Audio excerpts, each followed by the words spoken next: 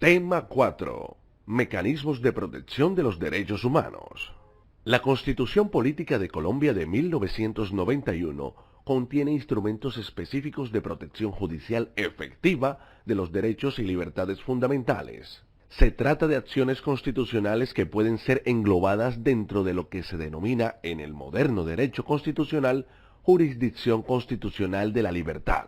Tales acciones nacieron como acciones procesales de origen romano y han pasado a las constituciones de los estados de derecho como los mejores medios de protección judicial de los derechos y libertades fundamentales. Las siguientes acciones institucionales integran el sistema de protección judicial de los derechos y libertades fundamentales: la acción de tutela, la acción de cumplimiento, el derecho de petición, el habeas corpus, el habeas data y las acciones populares y de grupo.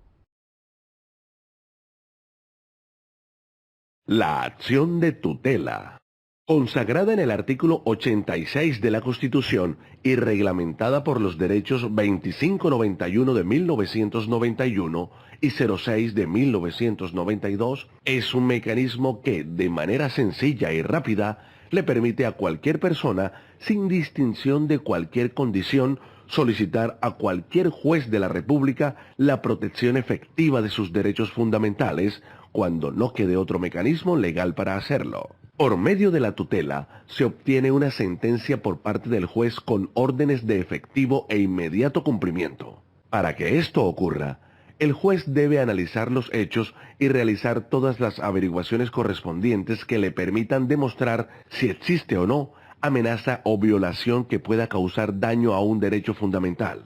En el caso en el cual se constate la violación o amenaza, el juez deberá proferir una orden para que la entidad o persona contra quien se concede la tutela se abstenga de violar el derecho o actúe para evitar la violación. La acción de tutela es subsidiaria, porque solo procede, por regla general, cuando no se dispone de otro medio de defensa. Además, es inmediata, porque su propósito es otorgar sin dilaciones la protección del derecho fundamental. También se dice que es sencilla e informal, porque no ofrece ningún tipo de dificultades para su ejercicio, y es eficaz porque, para todos los casos, exige del juez un pronunciamiento de fondo para conceder o negar el amparo de un derecho fundamental. Por último, podemos decir que es referente, porque el juez la tramitará con prelación a otros asuntos. Salvo la acción de habeas corpus, los plazos son perentorios e improrrogables. Cualquier persona puede utilizar este mecanismo para proteger sus derechos fundamentales o los de alguna persona que se encuentre en incapacidad de presentar por sí misma la acción, o el Procurador General de la Nación, el Defensor del Pueblo y los personeros municipales a nombre del perjudicado. La solicitud de tutela se puede presentar a nombre propio o por intermedio de abogado, directamente o a nombre de la persona perjudicada y, generalmente, por escrito. En los casos en que el solicitante no sepa escribir o sea menor de edad, o cuando exista urgencia, la tutela puede hacerse verbalmente. Estructura de la tutela. La solicitud de tutela deberá contener el nombre y el lugar de residencia del solicitante, el derecho que se considera amenazado o violado, el nombre de la autoridad o del particular, si fuere posible, o del organismo responsable de la amenaza o vulneración del derecho, la acción y omisión que la motiva, un relato sucinto y claro de los hechos que han dado lugar a la amenaza o violación del derecho fundamental y, si es posible, anexar las pruebas, la manifestación expresa de que no se ha interpuesto otra acción de tutela por los mismos hechos. No es necesario decir cuáles son las normas que se están violando. El juez incluso puede deducir que se están vulnerando derechos fundamentales que el solicitante no menciona, pero es indispensable dar la información más completa posible sobre los hechos.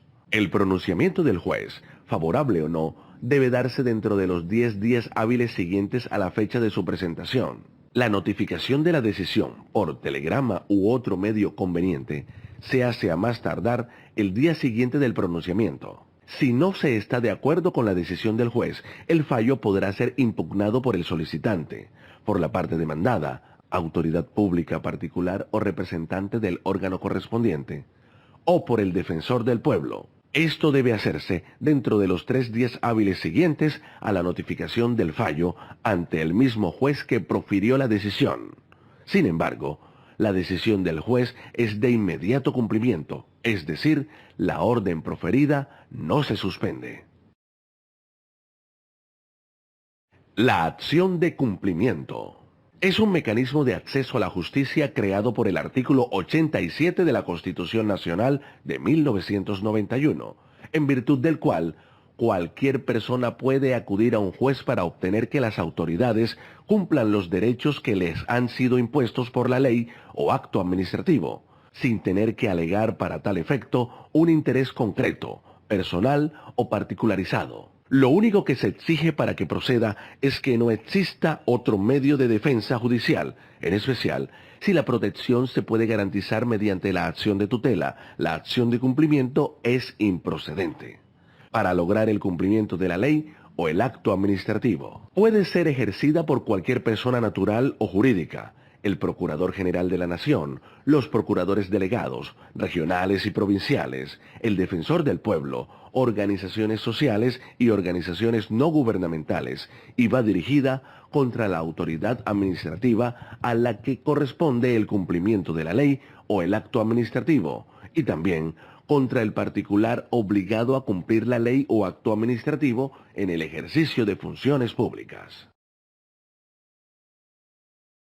En la acción del cumplimiento, la solicitud que se presenta al juez debe contener el nombre, identificación y lugar de residencia de la persona que utiliza la acción, la mención de la ley o acto administrativo incumplidos, una narración de los hechos constitutivos del incumplimiento, determinación de la autoridad o particular incumplido, prueba de la renuencia. Se debe acompañar prueba de la ratificación del incumplimiento de la autoridad o anexar copia de la solicitud no contestada. Solicitud de pruebas. La manifestación de no haber presentado otra solicitud respecto a los mismos hechos o derechos.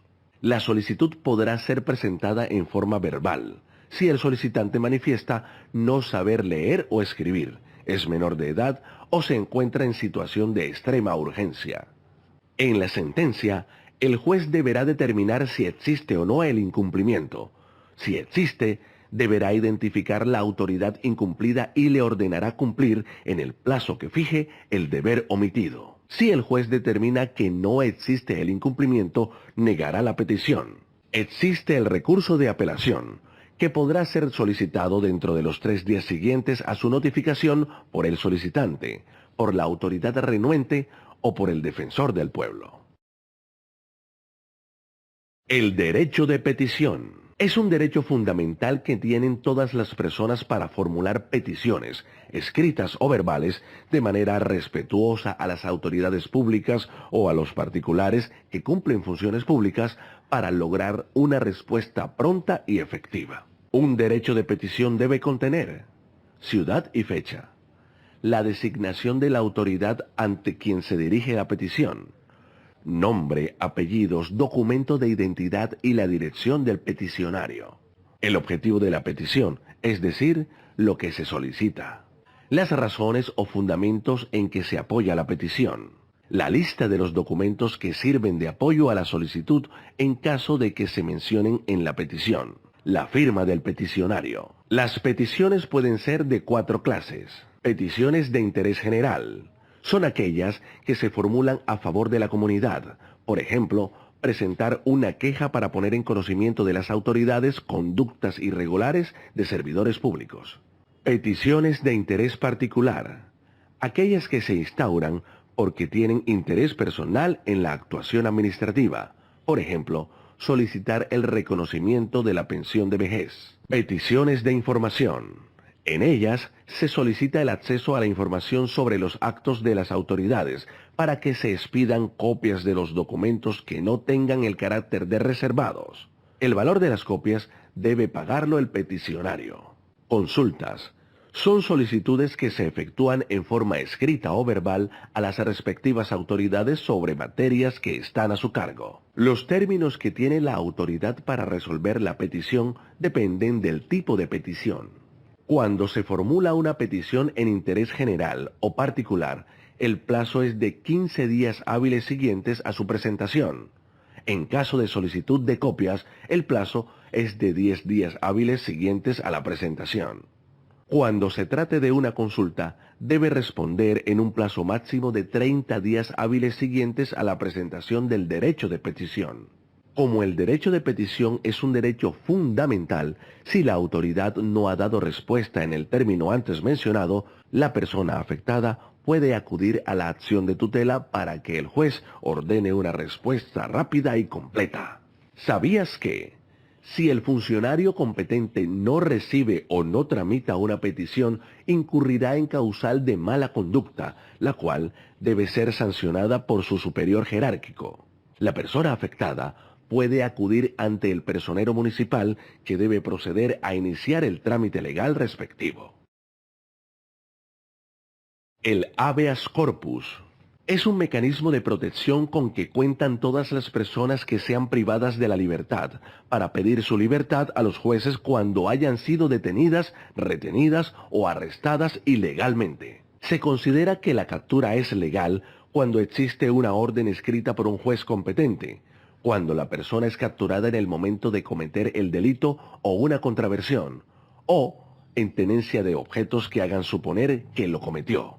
Si no se dan estos supuestos, se configura un acto arbitrario o ilegal. Cuando una persona es detenida o retenida, tiene derecho a conocer las razones o motivos de su detención, recibir inmediatamente información sobre los cargos formulados contra ella, es decir, sobre los delitos de los que se le acusa, a ser llevada sin demora ante un juez. Si esto no sucede, debe ser puesta en libertad, a conocer todos sus derechos y a llamar a un abogado o a una persona que pueda asistirlo, a interponer el recurso de habeas corpus, es decir, el derecho a pedir a un juez que decida sin demora si la detención o el arresto fue realizado legal o ilegalmente. Si no existen razones legales para el arresto o la detención, el juez deberá ordenar inmediatamente la libertad de la persona. Este recurso pueden interponerlo el mismo detenido, su abogado, sus familiares, un amigo, un vecino o cualquier persona a nombre de éste. Se puede presentar ante cualquier autoridad judicial del lugar donde se encuentre el retenido o detenido, o del municipio más próximo. El recurso de habeas corpus debe contener al menos la siguiente información: el nombre y apellido completos de la persona que se encuentra privada de la libertad, los motivos que permiten considerar que no existen razones legales para la detención o para el arresto, la fecha de la captura y el lugar donde se encuentra el detenido. En lo posible, el nombre y apellidos del funcionario que ordenó la captura, la firma de quien lo solicita. No olvide, si se demuestra que la detención o la retención no ha sido lícita y que se han violado las garantías constitucionales y legales, el juez ordenará la libertad de la persona retenida a más tardar dentro de las 4 horas siguientes. Esta decisión del juez no está sometida a alegato y debe ser cumplida de inmediato. En ningún caso, el trámite y la decisión podrán pasar de las 36 horas. Si el juez incumple estos términos, incurrirá en una falta disciplinaria que debe ser investigada por la Procuraduría. El habeas data. La Constitución Política de 1991 reconoció el derecho al habeas data que permita a las personas, conforme el artículo 15, que protege el derecho a la intimidad, conocer, actualizar y rectificar las informaciones que se hayan recogido sobre ellas en bancos de datos y en archivos de entidades públicas y privadas. El habeas data permite que el juez dicte, a petición de las partes interesadas, una orden para actualizar, rectificar o destruir, si son falsos o afectan ilegítimamente sus derechos, los datos e informaciones que consten en registros, archivos o bancos de datos públicos o privados. También se presenta el problema de almacenamiento de datos e informaciones sobre una persona, con fines de comercio y referencias bancarias, que, por lo general, no son actualizados o que se utilizan en contra de una persona. La fama de una persona se ve lesionada a menudo con este tipo de informaciones desactualizadas o manipuladas. ¿Sabías que El habeas data carece de desarrollo legal, por ello, no existe como acción judicial autónoma, sino al amparo de la acción de tutela. Las acciones populares y de grupo. 1. Las acciones populares sirven para que una persona u organización pueda solicitarle a un juez que proteja los derechos e intereses colectivos relacionados con el patrimonio, el espacio, la seguridad y la salubridad públicos, la moral administrativa, el ambiente, la libre competencia económica y otros de similar naturaleza que se definen en ella. 2. A su turno, las acciones de grupo son aquellas originadas en los daños ocasionados a un número plural de personas y destinadas a lograr el reconocimiento y pago de la correspondiente reparación. 3. El 5 de agosto de 1998 fue promulgada la Ley 472, por la cual se desarrolla el artículo 88 de la Constitución de Colombia en relación con el ejercicio de las acciones populares y de grupo y se dictan otras disposiciones. 4. Mientras el habeas corpus protege el derecho a la libertad personal contra las detenciones arbitrarias y la acción de tutela protege los demás derechos constitucionales fundamentales, las acciones populares y de grupo protegen los derechos colectivos. 5. La gama de derechos e intereses colectivos es amplia y comprende no solo los que están en la Constitución y las leyes, sino también en los tratados internacionales celebrados por Colombia. ¿Sabías que las acciones populares pueden ser ejercidas por toda persona natural o jurídica, organizaciones no gubernamentales populares, cívicas o de índole similar, entidades públicas que cumplan funciones de control, intervención o vigilancia, siempre que la amenaza o vulneración a los derechos e intereses colectivos no se haya originado en su acción y omisión? El Procurador General de la Nación, el Defensor del Pueblo y los personeros municipales en lo relacionado con su competencia. Los alcaldes y demás servidores públicos que por razón de sus funciones deban promover la protección y defensa de estos derechos e intereses.